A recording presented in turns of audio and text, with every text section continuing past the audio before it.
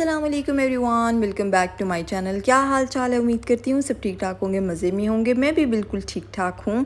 तो हमारा जो है असर का टाइम शुरू हो गया और मेरा जो है ना वो दिल हो रहा था कि कुछ जो है ना खट्टी मीठी चीज़ खाने के लिए। तो मैंने सोचा यार फ्रूट चाट बना लेती हूँ। तो इससे ये है कि एक थोड़ा सा इसके ऊपर जूस का फ्लेवर होगा, जो चाट मसाला होगा, तो वो एक जो मेरी क्रेविंग है ना वो फुल हो जाएगी। तो फिर मैंने सोचा कि यार चलो निकालती हूँ फ्रूट। और मुझे इतनी सुस्ती हो रही थी और दिल भी हो रहा था कुछ अजीब सा खाने के लिए। और लेकिन ये है कि सुस्ती की वजह से ना समटाइम्स आप इतने लेज़ी हो जाते हो कि आप अपनी क्रेविंग्स को भी जो है ना वो पीछे छोड़ देते हो। तो एट टाइम्स इट हैपन्स। लेकिन मैं अपने आप को मोटिवेट करती हूँ कुछ ना कुछ, जब मुझे ऐसा लगे कि मैं बहुत लेज़ी हो रही हूँ और बॉडी जो है बिल्कुल मेरा वो साथ नहीं दे रही। तो कभी कभी मैं सोचती हूँ यार क्या मेरी अम्मा की एज और क्या मेरी एज, इतना एज डिफरेंस गैप है और वो मुझसे माशाल्लाह अभी भी जो है ना मल्टीप्लाई बाय 3 जो है ना उस स्पीड पे वो एक्टिव है। और मैं स्टिल अभी भी जो है ना 20-25 की हो के भी जो है ना वो उनके लेवल को हम लोग बीट ही नहीं कर सकते। तो कभी कभी फिर अपने आप को बहुत मुझे इस तरह से मोटिवेट करना पड़ता है कि यार लेट्स स्टार्ट योर डे या समथिंग प्रोडक्टिव।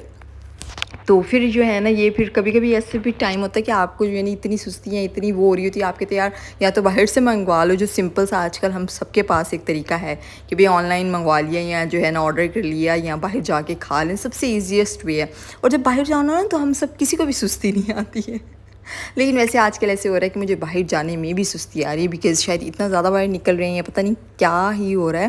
तो मतलब मैं इतना एक्टिवली यानी उस तरह से बाहर जाने के लिए भी वो इस तरह से मतलब दिल ही नहीं हो रहा आजकल। आई डोंट नो मौसम की वजह से हो रहा है या क्या है, इसका रीज़न अभी स्टिल जो है अभी फाउंड नहीं है। तो जैसे मुझे पता चलेगा आई शेयर। अच्छा, ये मैंने ना 3-4 फ्रूट इसमें डाल के ना वो बनाऊंगी। आज मैं क्रीम वाली नहीं बना रही। पहले ये हम बहुत पहले जो चाट खाते थे ना बैक इन आई थिंक 2010।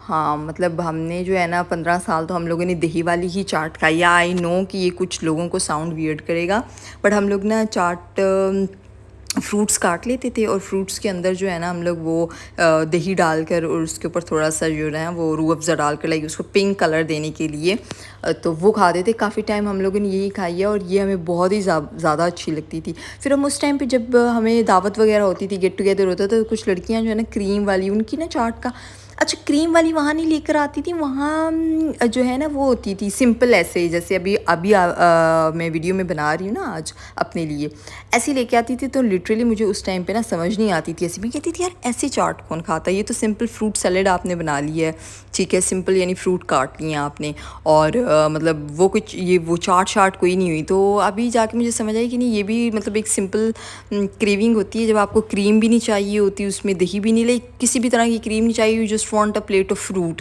तो फिर आपके लिए ये वाली चाट जो है, इस तरीके वाली चाट बेस्ट रहती है। लेकिन कुछ लोग इस तरह से खाते थे, तो मुझे बैक इन याद है कि हमने कभी लेके बहुत लंबे अरसे तक खाई नहीं। फिर जब मैं पाकिस्तान आई तो फिर मैंने जो है ना प्रॉपर क्रीम, जो हैवी क्रीम होती है ना डेयरी क्रीम, वो वाली उसकी खानी शुरू की। वो मुझे बड़ा अच्छा लगा, मुझे बड़ी डिफरेंट लगी वो। या यूनिवर्सिटीज़ में या बाहर कहीं से भी मैंने खाई है, तो वो क्रीम वाली ज़रा मज़े की होती थी, वो मैंने बहुत ज़्यादा खाई। फिर अभी उससे भी मेरा दिल जो है ना वो बिल्कुल एकदम भर गया हुआ है। तो फिर उसके बाद जो है ना मैंने आज तो बिल्कुल ये मूड हो रहा था कि कुछ इस तरह से हो, फ्रूट हो और बिल्कुल मसाला हो और टेंजी फ्लेवर हो। तो फिर मैंने कहा इसके ऊपर थोड़ा सा जूस डालूंगी, लेमन वगैरह ऐसे स्क्वीज़ करूँगी और ऊपर जो है ना वो डाल दूँगी थोड़ा सा मसाला, बिल्कुल थोड़ा सा, बिकॉज़ अगर मैं फ्रूट खा रही हूँ और उसके ऊपर बहुत ज़्यादा मसाला डाल दूँगी फिर हेल्दी कुछ भी नहीं होगा। तो मुझे हेल्दी भी खाना था और कुछ इस तरह से कि क्रेविंग भी हो जाए। तो आई डोंट लाइक वो पीपल जो बहुत ज़्यादा स्पाइसी चीज़ें कर देते हैं तो खाने का जायका ख़त्म हो जाता है। और मुझे ये भी समझ नहीं आती वो इतनी हेल्दी चीज़ के ऊपर इतनी मिर्ची और उसको बिल्कुल अनहेल्दी बना देते हैं, तो वो मुझे समझ नहीं आता। तो मुझे होता है कि एक तो पहले ही मेरी डाइट बिल्कुल उन चीज़ों से भरी हुई भी नहीं है, हेल्दी चीज़ों से। तो जब मैं कभी कोशिश कर भी लूँ ना कि मैं हेल्दी खा लूँ, तो फिर उसको मैं मेक श्योर ये करती हूँ कि मैं उसको उसी तरह जो उसका प्रॉपर लाइक जिस तरह से वो हेल्दी है ना उसको उसी तरह से खाऊं। अपनी उसमें वेरिएशन फजूल की डाल के उसका जो है ना एक मिनरल्स और वो सारी चीज़ें जो उसका एक हेल्दीनेस है वो ख़त्म ना करूं। क्योंकि हेल्दी अगर वैसे ही खानी है तो फिर और बहुत सी अनहेल्दी चीज़ें पड़ी हुई हैं खाने के लिए ना, अपनी क्रेविंग्स पूरी करने के लिए। तो इसलिए तो यहाँ मैंने जो है ना सेब शेब और ये सारी चीज़ें काट ली हैं। तो आज जो है हम एक क्वेश्चन पे डिस्कशन करते हैं। डिस्कशन तो नहीं, खैर मैं ही बात करूँगी और ये बात बिल्कुल छोटी है, लेकिन अगर इसको हम गौर से देखें तो ये बहुत ही बड़ी बात है। मोस्टली जो पेरेंट्स हैं, हम अक्सर टीवी भी देख रहे होते हैं, मोस्टली हमारी वीडियोस वगैरह भी देख रहे होते हैं, हमारे घर के इर्द गिर्द जैसे हमारे नेबर्स होते हैं या कोई मेड्स होती हैं, वो हमेशा कहीं न कहीं उनके मुँह से या में हम यूजुअली गाँव भी जाते हैं ना, तो लोगों के मुँह से जो है ना ये वर्ड सुनने को हमेशा यही मिलता है अपने बच्चों के बारे में, कि हमारे बच्चे जो हैं वो हमारी बात नहीं सुनते। तो कहीं भी आप चले जाएँ, वैसे मतलब मैंने मोस्टली जो है ना औरतों के मुँह से यही सुना है, या पेरेंट्स के जैसे फादर या मदर, उनका ये होता है कि हमारे बच्चे हमारी बात नहीं सुनते, ठीक है। तो मेरा दिमाग में ये क्वेश्चन चल रहा होता है कि आपने क्या अपने आप से ये कभी सवाल किया है कि आपने उस बच्चे की बात कितनी सुनी है? आपने उसके ओपिनियंस को कितना वैल्यू किया है? आपने उस बच्चे को बोलने के लिए कितना कॉन्फिडेंस दिया है कि वो आपके सामने बैठे? इतना कॉन्फिडेंस आपने उस बच्चे को कब दिया है कि वो बैठे और आपसे बात करे? इतना कॉन्फिडेंस आपने बच्चे को कब दिया है कि जब वो किसी प्रॉब्लम में हो, किसी टेंशन में हो, तो वो आप बैठकर आपके सामने आपसे डिस्कस करे, क्योंकि आप पेरेंट्स हैं और आपसे ज़्यादा तो करीब, लाइक पेरेंट्स से ज़्यादा तो करीब कौन ही होता है बच्चे के?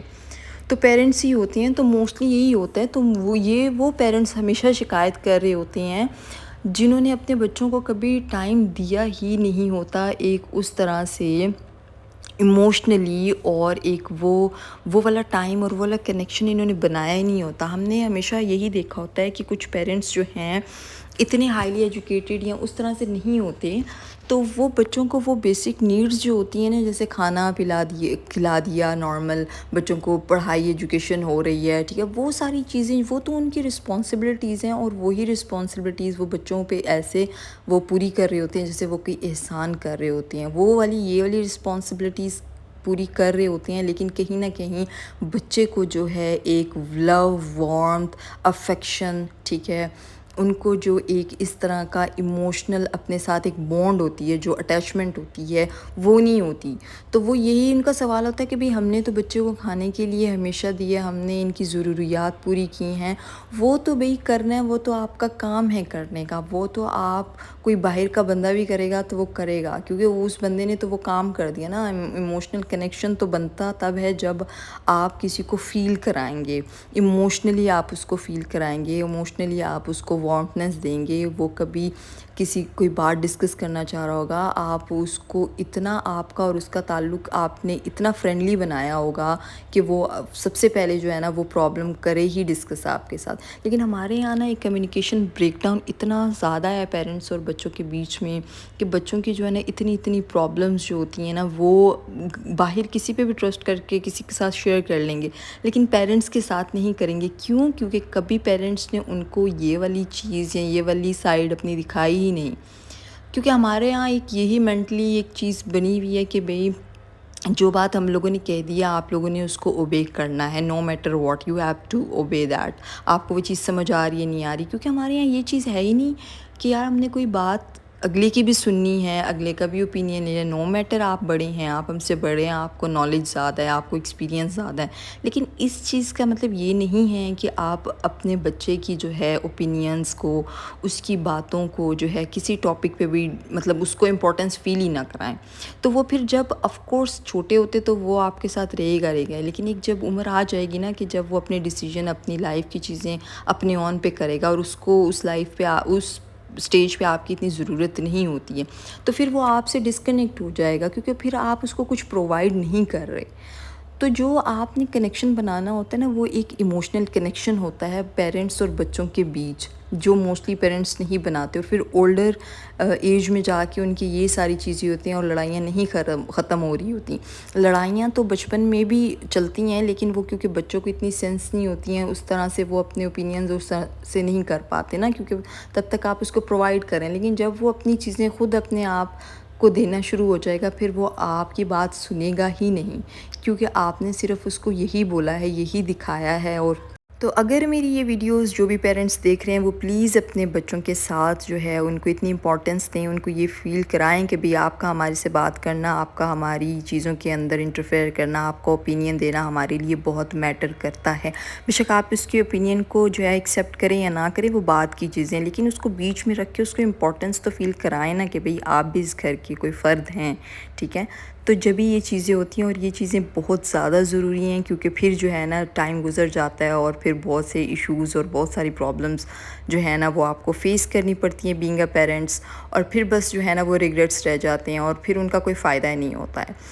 तो आई होप मेरी ये वीडियो है आप लोगों को अच्छी लगी होगी। अगर अच्छी लगी है तो प्लीज़ लाइक करें, शेयर करें, कमेंट करें, और जिन्होंने अभी तक जो है मुझे सब्सक्राइब नहीं किया प्लीज़ वो सब्सक्राइब भी करें। और हम मिलते हैं अपनी अगली वीडियो में जी, तब तक के लिए अल्लाह हाफ़िज़।